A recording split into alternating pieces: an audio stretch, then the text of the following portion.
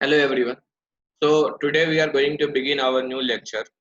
कल हमने देखा था कि किस तरह गांधी का इमरजेंस होता है और आज हम लोग देखेंगे गांधी जी जब इंडिया आते हैं तब उनका एक्सपीरियंस कैसा होता है और कौन कौन से सत्याग्रह होते हैं इंडिया में. तो today's topic is Gandhi in India. तो let's begin our lecture. Gandhi जो है साउथ अफ्रीका से भारत 9 जनवरी 1915 को आ जाते हैं और इस दिन 9 जनवरी को हर साल हम लोग प्रवासी भारतीय दिवस मनाते हैं, एनआरआई डे. और जो बाहर के लोग हैं भारत मूल के, उनके लिए ये दिवस बनाया जाता है. तो गांधी इससे पहले भारत पहुंचते उन्होंने जो अपना एफर्ट लगाया था साउथ अफ्रीका में, that was well known among the Indians. अब गोखले जो हैं वो बन गए थे पॉलिटिकल गुरु गांधी जी के. जब गांधी जी इंडिया आते हैं तो गोखले एडवाइस करते हैं गांधी जी को कि अभी कोई स्टैंड नहीं लेने और किसी भी ओपिनियन को बनाने से पहले उन्हें मासेस का ओपिनियन जानना चाहिए और मासेस का ओपिनियन कलेक्ट करने के लिए उन्हें ट्रैवल करना पड़ेगा इंडियन विलेजेस. तो वह गांव गांव जाके ट्रैवल करते, लोगों से बात करते थे और मासेस का ओपिनियन गैदर करते थे. उसके बाद खुद का ओपिनियन को फॉर्मुलेट किया. तो ये सब करने के बाद, एफर्ट लगाने के बाद गांधी एक कंक्लूजन पे पहुंचते हैं कि जो भी पॉलिटिकल ट्रेंड चल रहा था उस वक्त, जैसे कि मॉडरेट्स, एक्सट्रीमिस्ट और रेवोल्यूशनरी टेररिज्म, ये सब जो पॉलिटिकल ट्रेंड चल रहा था भारत में उस वक्त का, उससे कुछ भारत को अचीव नहीं होने वाला, क्योंकि ये सब चीज वो साउथ अफ्रीका में ऑलरेडी देख लिए थे कि ये सब चीज से वो कुछ अचीव नहीं कर पाए थे साउथ अफ्रीका. इसलिए वह यह ओपाइन करते हैं कि सॉल्यूशन जो इंडियन प्रॉब्लम का है वो सॉल्व तभी हो पाएगा जब हम लोग सत्याग्रह करेंगे. या ये भी बोलते हैं कि that he should join no political organization. Gandhi ji बोलते हैं कि वह कोई भी पॉलिटिकल पार्टी को ज्वाइन नहीं करेंगे जब तक वो पॉलिटिकल पार्टी या वो ऑर्गेनाइजेशन एक्सेप्ट नहीं कर लेता है गांधी जी का आइडिया को, जो कि था नॉन वायलेंट सत्याग्रह का. तो 1917-1918 के दौरान गांधी जी एक्चुअली 3 स्ट्रगल में भारत में पार्टिसिपेट करते हैं. 1917-1918 initially Gandhi was involved in 3 struggles in India, इससे पहले कि वो ऑल इंडिया सत्याग्रह यानी रॉलेट सत्याग्रह वगैरह लॉन्च करते हैं. तो देखते हैं कौन सा 3 सत्याग्रह था जो गांधी जी सबसे पहले करते हैं भारत में बिफोर एन ऑल इंडिया सत्याग्रह. तो सबसे पहले जो भारत में करते हैं वो था चंपारण, फिर अहमदाबाद मिल सत्याग्रह, उसके बाद खेड़ा सत्याग्रह. तो नॉर्मली क्वेश्चन आता है कि which of the Satyagraha was done before, या फिर उसके बाद अरेंज करने आ जाता है फॉलोइंग ये तीनों को. तो इसको याद करने के लिए हम लोग याद कर सकते हैं केक. केक याद रखना. दैट इज सबसे पहले चंपारण सत्याग्रह, फिर ए से अहमदाबाद सत्याग्रह, फिर के ई से खेड़ा सत्याग्रह. तो केक बनता है. तो गांधी जी भारत आने के बाद क्या करते हैं, केक काटते हैं. चंपारण, अहमदाबाद और खेड़ा सत्याग्रह. तो एक एक करके तीनों सत्याग्रह को देखते हैं भारत. तो स्टार्ट करते हैं सबसे पहले चंपारण सत्याग्रह जो कि 1917 में हुआ था. इसे फर्स्ट सिविल डिसओबीडियंस भी कहते हैं by Gandhi ji in India. तो चंपारण जो एक जगह है वो तिरहुट डिस्ट्रिक्ट है बिहार का, वहां पे था. तो राजकुमार शुक्ला नामक व्यक्ति गांधी जी को फॉलो कर रहा था बहुत दिन से और फाइनली राजकुमार शुक्ला गांधी से मिलते हैं कलकत्ता में. राजकुमार शुक्ला रिक्वेस्ट करते हैं गांधी जी को कि वो चंपारण आए और वहां का जो इशू है, वहां का जो प्रॉब्लम था प्लांटेशन वर्कर्स का, उसको सॉल्व करें. जब गांधी जी अराइव करते हैं चंपारण पे तो वहां का जो डिस्ट्रिक्ट एडमिनिस्ट्रेशन था, कलेक्टर था, वो गांधी जी को एक नोटिस देता है और बोलता है कि स्टेशन पे ही रोक के कि आप वापस चले जाओ, नहीं तो आपको अरेस्ट कर लिया जाएगा. गांधी बोलते कि नहीं, मैं नहीं जाऊंगा. He refuse to return.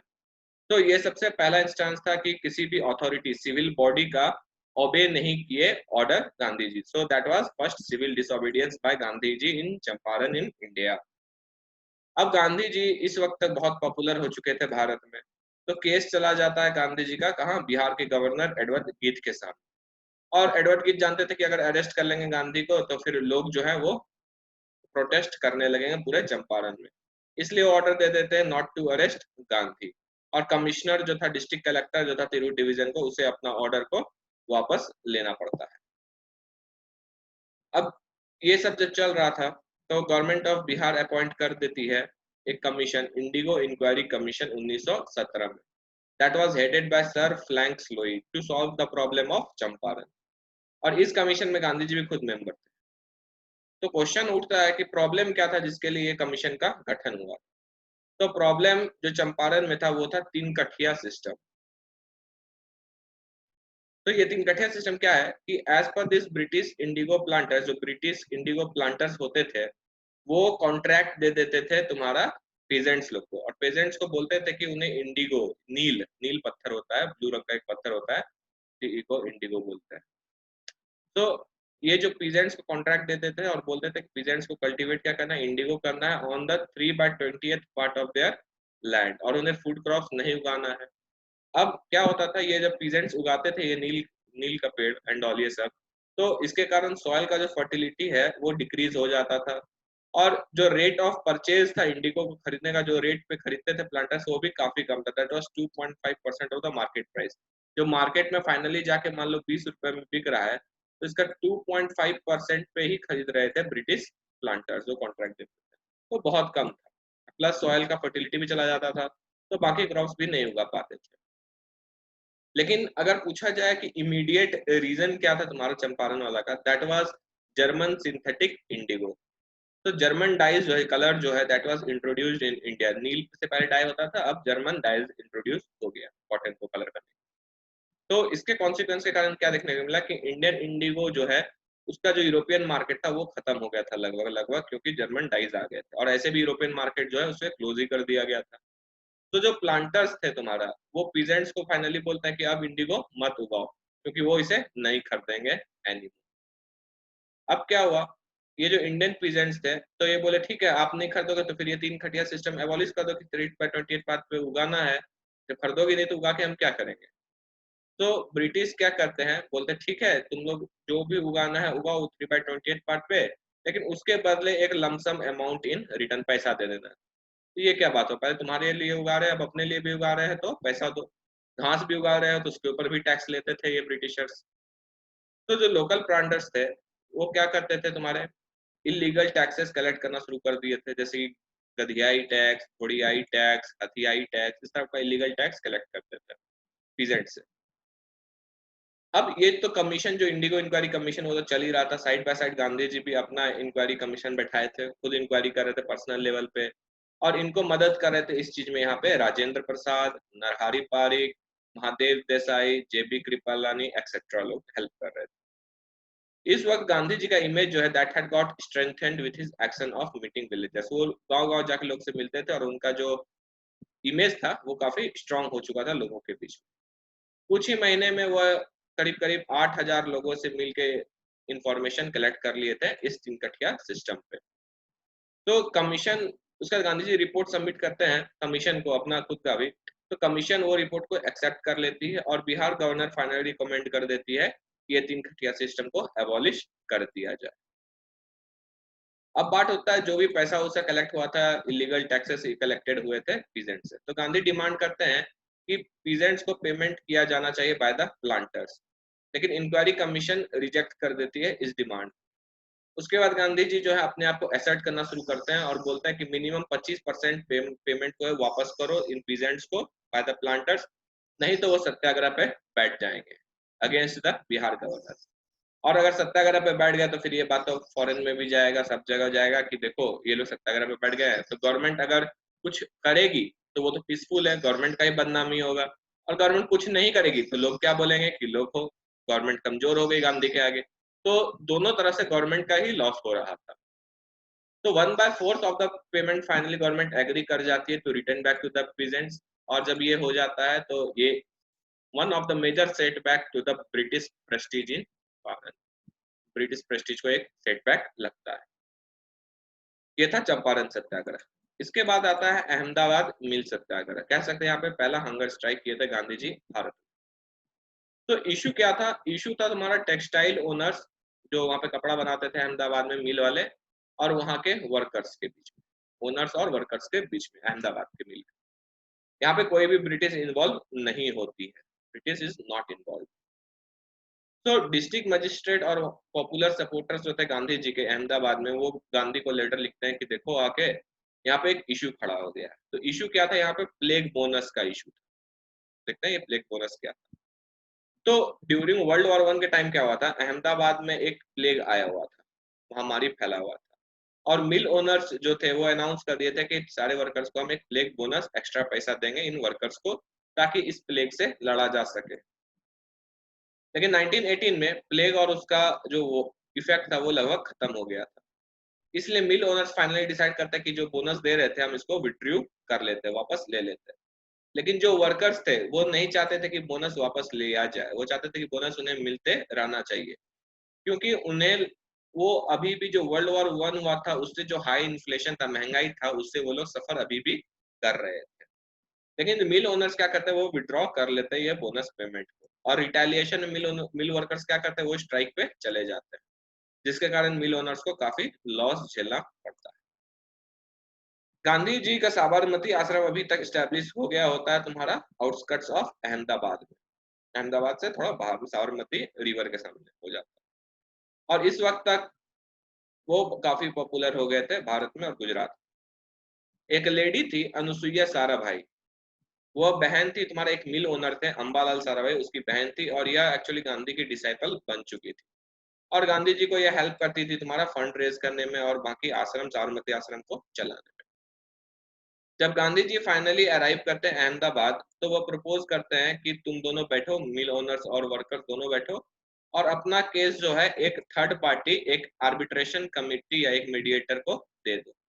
तो इस कमिटी में 3 मेंबर थे, आनंद शंकर ध्रुव, अनुसुईया साराभाई और शंकरलाल बैंकर। ये कमिटी बनाया गया और कमिटी को केस सॉल्व करने के लिए दे दिया गया।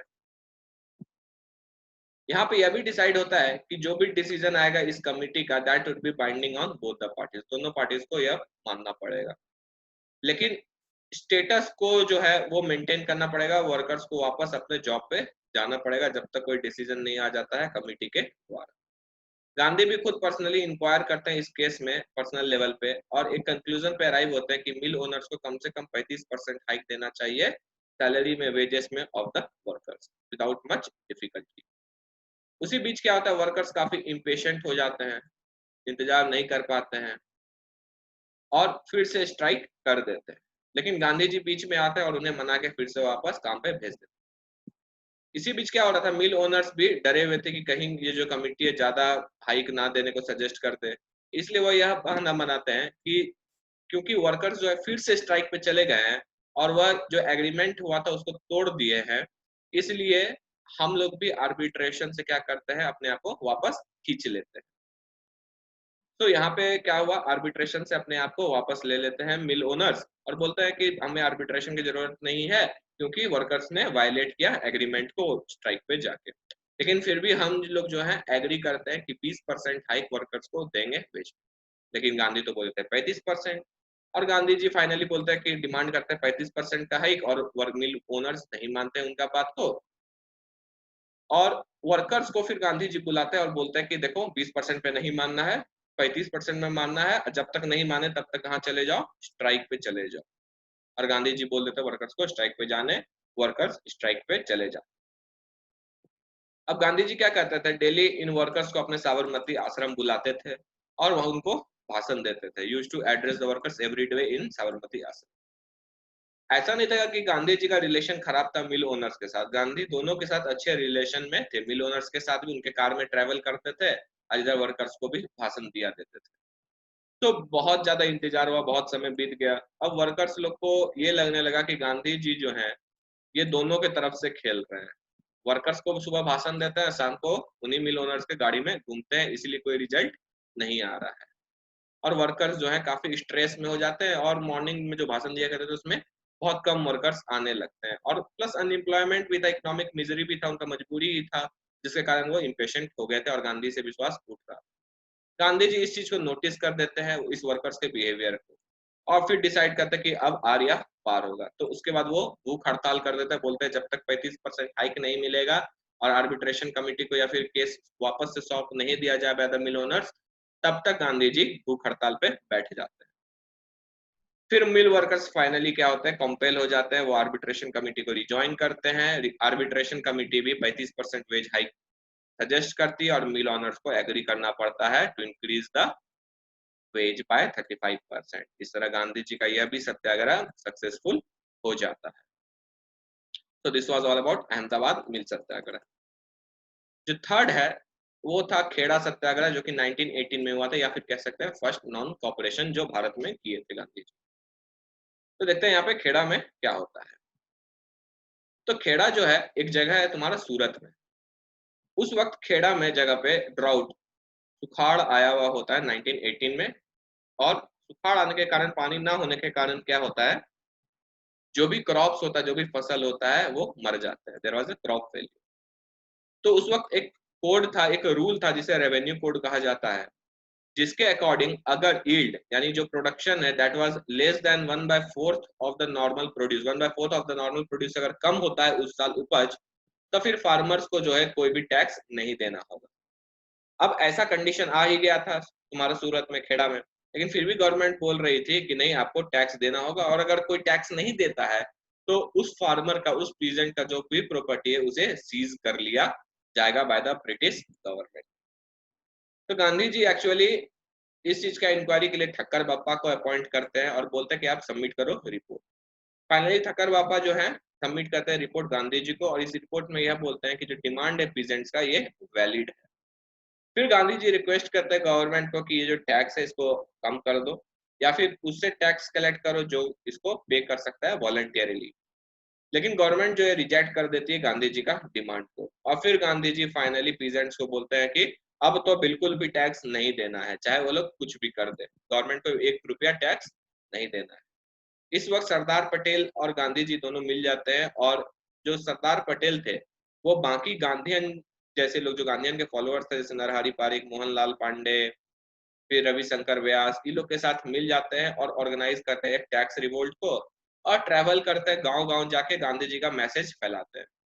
गांधी जी का मैसेज ये था गांव वालों को कि पहले तो टैक्स पे करना है नहीं, 1 रुपया भी टैक्स पे करना नहीं गवर्नमेंट को। अगर कोई विलेजर, अगर कोई भी विलेजर या कोई भी इंडिविजुअल इन द विलेज ऐसा करता है, टैक्स देता है, ब्रिटिश का चमचागिरी करता है, तो उसे सोशली बॉयकॉट कर देना, उसे समाज से बाहर निकाल देना, समाज में अलग थलग कर देना है। और समाज से अलग होना कोई चाहता नहीं था, इसलिए मजबूरी में भी गांधी जी का बात मानना पड़ा लोगों को। इस तरह गांधी जी गेम खेल दिए थे सबके साथ, ब्रिटिश के साथ भी गेम हो रहा है, लोगों के साथ भी गेम हो रहा है जो उनके चमचे थे। तो गवर्नमेंट यहाँ पे फाइनली हार मानती है और एक एग्रीमेंट पे आती है तुम्हारा किसान के साथ और गांधी जी के साथ, जिसके तहत उस साल का सारा टैक्स को खत्म किया जाता है बाय द गवर्नमेंट। और जो भी प्रॉपर्टी कॉन्फिस्केट किया गया था, कब्जा किया गया था by the government on non payment of tax by the pageants, तो उसे भी वापस किया जाता है। इस इस घटना के बाद जो पीजेंट्स क्लास थे फाइनली उनकी आंखें खुल जाती है, और वह रियलाइज करते हैं कि उन्हें न्याय तब तक नहीं मिलेगा जब तक उनका खुद का देश complete independence from this Britishers ना पाले, और कोई इंडियन रूल जब तक ना करे। तो अगर देखा जाए इन तीनों सत्याग्रह जो हुआ, इससे क्या क्या गेन हुआ गांधी जी को, तो यहाँ पे गांधी जी डेमोन्स्ट्रेट कर देते हैं पीपल को अपना एफिशिएंसी ऑफ सत्याग्रह, सत्याग्रह कितना एफिशिएंट है, कितना कारगर है, वो दिख जाता है लोगों को। प्लस उन्हें अपना जो कदम है वो भी मासेस के बीच में रख दिया था, काफी फेमस हो गए थे। और मासेस का जो नर्व्स है उसको भी पकड़ लिए थे गांधी जी, कि कब दबाना है नस, ताकि ये लोग जाकर रिवोल्ट कर दे और फिर ब्रिटिश गवर्नमेंट को नीचे ले आए, और कब उसको छोड़ देना है, दोनों मिल गया था गांधी जी को। प्लस इन्हें रेस्पेक्ट भी मिल रहा था, कमिटमेंट भी मिल रहा था मासेस का, और स्पेशली यूथ का, तो सारे लोग फॉलोअर्स हो रहे। तो this was all about Gandhi in India. अगर कोई डाउट हो you can comment, otherwise thank you for watching my lecture.